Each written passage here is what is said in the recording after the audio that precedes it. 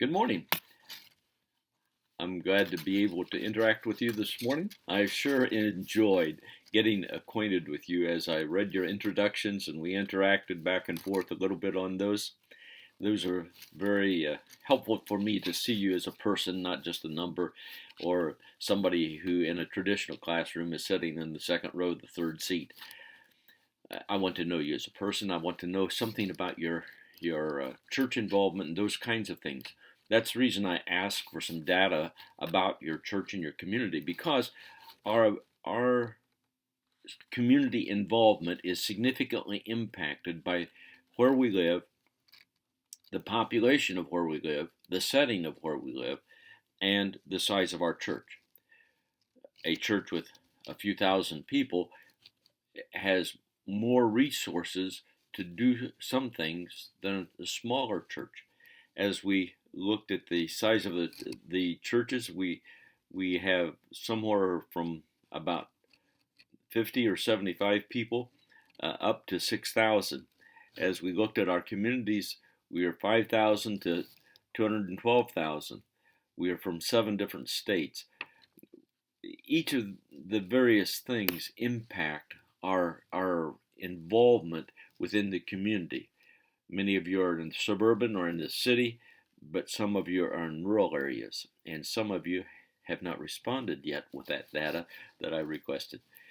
But it helps me to understand and helps us to establish some consistent um, basis to critique what is realistic and what can we do.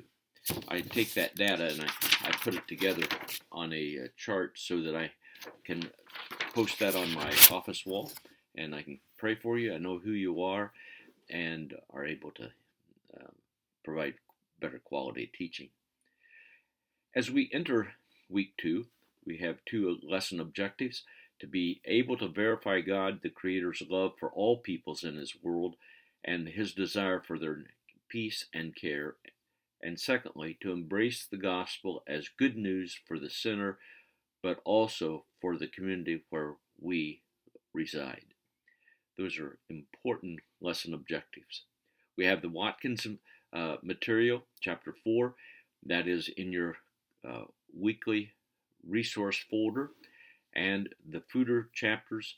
I'm not sure why they are so random, but we have chapters 4, 5, 13, 14, 19, and 22, 23.